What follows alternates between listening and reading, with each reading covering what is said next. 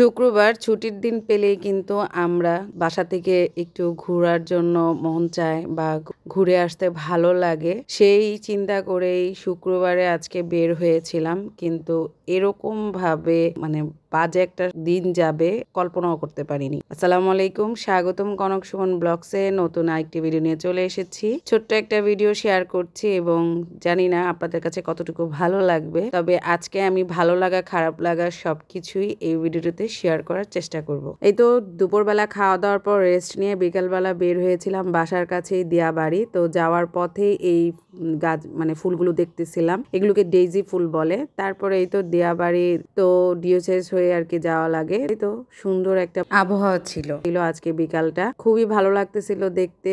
এবং এই ভিডিওটা কিন্তু গত শুক্রবারের ভিডিও, সেটা আজকে শুক্রবার শেয়ার করছি। এই তো ভিডিও করি, কিন্তু দেখা যায় এডিট করতে বা শরীরটা এতই খারাপ লাগে ইদানিং, এডিট করা আর কি হয় না। তো আজকে এডিট করে আর কি আপনাদের সাথে শেয়ার করছি। তো কথা বলতে বলতে কিন্তু দিয়াবাড়ি চলে এসেছি এবং এসে এই যে দেখেন কি পরিমাণ ভিড়। দিয়াবাড়িতে ঢুকার সাথে সাথে যেমন অটোগুলা প্রচুর ডিস্টার্ব করতেছিল।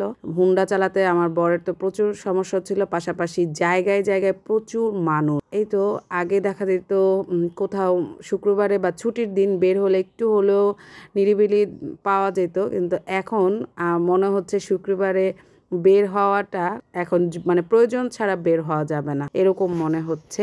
আমি জানি না আমার সাথে আপনারা একমত হবেন কিনা, তবে আমার কাছে খুবই বিরক্ত লাগতেছিল। পরে এই যে দিয়াবাড়িতে অনেক নার্সারি ছিল, সেইগুলোর মধ্যেও প্রচুর মানুষ, তারপরেও ছোট্টখাটো করে একটু একটু করে ফুলগুলো দেখে ভালো লাগতেছিল, ভিডিও করেছি। এরপরে আর কি করব ভালো লাগতেছিল না, মানুষ বেশি দেখে প্রচুর বিরক্ত লাগতেছিল। তারপরেও একটা জায়গায় বসেছিলাম যে চটপটি ফুচকা খাবো, এবং ফুচকা অর্ডার দিয়েছিলাম 1 প্লেট, যে আগে দেখি কিরকম, তারপরে না হয় আবার ভালো লাগলে অর্ডার করব। পরে 1 প্লেট দেওয়ার পর সেটা মুখে দেওয়ার পর সাথে সাথে আমার ঘুমি আসা শুরু হয়ে গেছিল। এরকম বাজে একটা ফুচকা ছিল, কখনোই আমি কি বলবো, এরকম এই বয়সে আমি জীবন এরকম ফুচকা দেখি নাই।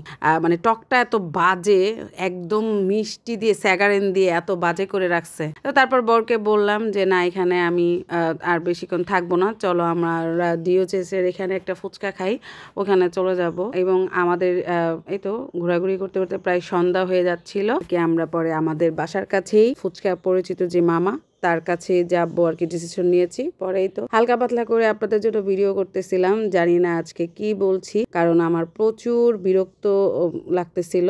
আমরা চলে এসেছি আমাদের ওই বাসার কাছেই, যেখানে আমরা সবসময় ফুচকা চটপটি বা ঝালমুড়ি যেটাই বলেন খাই। তো পরে প্রথমে নিয়েছিলাম মুড়ি, তারপরে নিয়েছি ছোট ফুচকা, এরপরে এখানেই লাইভ পিজা হচ্ছে, আমি আমার বরকে বললাম পিজা খাবো। তো পিজা অর্ডার করে অনেকক্ষণ বসে থাকতে হবে বলে আমরা পরে চা খেয়েছি, কারণ চটপটি ফুচকা খেয়েছি পেট তো ভরা। পরে 2 কাপ চা খেলাম, তারপরে আবার আমরা অনেকক্ষণ অপেক্ষার পরে আমরা আমাদের পিজাটা পেয়েছি। এখানে আর কি যে অর্ডার দিলে তারপরে আর কি লাইভ পিজা তৈরি করে তারপরে আপনাকে দিবে আর কি। তো এই তো সিরিয়ালই ছিল।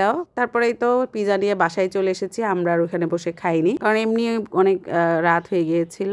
তো এভাবে আজকের ভিডিওটা শেষ করছি, ছোটখাটো একটা ভিডিও। কেমন লাগলো অবশ্যই কমেন্টস করে জানাবেন। খুবই বাজে একটা দিন গেল, তারপর আলহামদুলিল্লাহ। সবাই ভালো থাকবেন, সুস্থ থাকবেন, আল্লাহ হাফেজ।